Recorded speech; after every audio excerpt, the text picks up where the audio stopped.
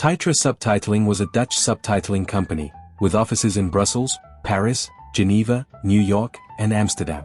The Ruska system was used, originally a Russian method developed in the 1930s. It was applied to 16 mm, 35 mm, and 70 mm. The translator made a list of the relevant feature film that went to the typesetting department. The lines of text are converted into cliché printing plates, which were metal stamps with the translated text on them. These are microscopically inspected after production. After inspection, these are carefully cut loose in the sawmill with a special sawing system along the text lines. A marking point was always placed on the reel in question, by painting a small piece of red on the sides of the perforation. This was the synchronization starting point for the entire reel. It had already been determined beforehand, using a frame counter on the viewing table, where the text lines should start and stop for each dialogue. The reel is thoroughly cleaned beforehand to prevent image defects afterward. An average film of 5 to 6 reels had to be processed individually through the titling machine. The emulsion layer of the film is coated with a very thin layer of paraffin, into which the text on the cliché is engraved. The impact varied with dark or light scenes, which was continuously monitored. In dark scenes, the emulsion is heavier than in lighter scenes. When the subtitles were being added, it had a speed of about 5 frames per second. In parts that did not require subtitles, the speed was increased. Now that the text clichés have removed the paraffin layer as text, it goes through an etching fluid. The etching fluid then completely eats away the emulsion, leaving the bare film base. And during projection, the text is now visible in white. The rest of the film image remains protected by the paraffin layer. After this process, another quality check takes place.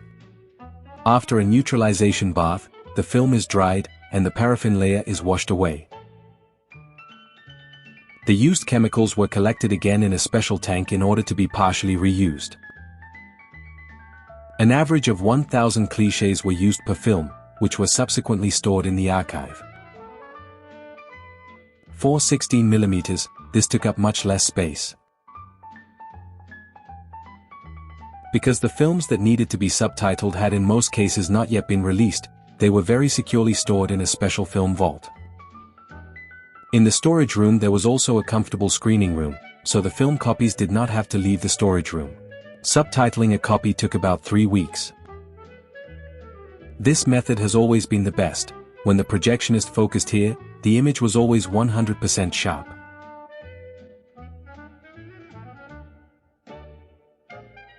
Later, this process was replaced in 1991 by laser technology, and it also looked good on acetate material. In the beginning, it was not yet possible on polyester material, but that was only a matter of time. After the transition to polyester film, it was a different story. Depending on the lifespan of the laser, there were differences in the sharpness of the subtitle and the image. Of course, you aim to get the entire image sharp, which sometimes meant that the subtitle looked a bit blurry. The lasering per subtitle went quickly, and if there were parts that did not need subtitles, the film was transported at high speed to the next dialogue. In addition to this technique, it was also decided to copy the subtitles along with it. With the negative, a transparent strip with black subtitles was copied simultaneously. And this process did not always go smoothly either. Sometimes the entire image was less sharp.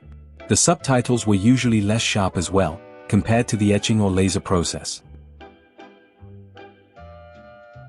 When the film copies were produced in large numbers, such as 100 film copies, the copying process went faster.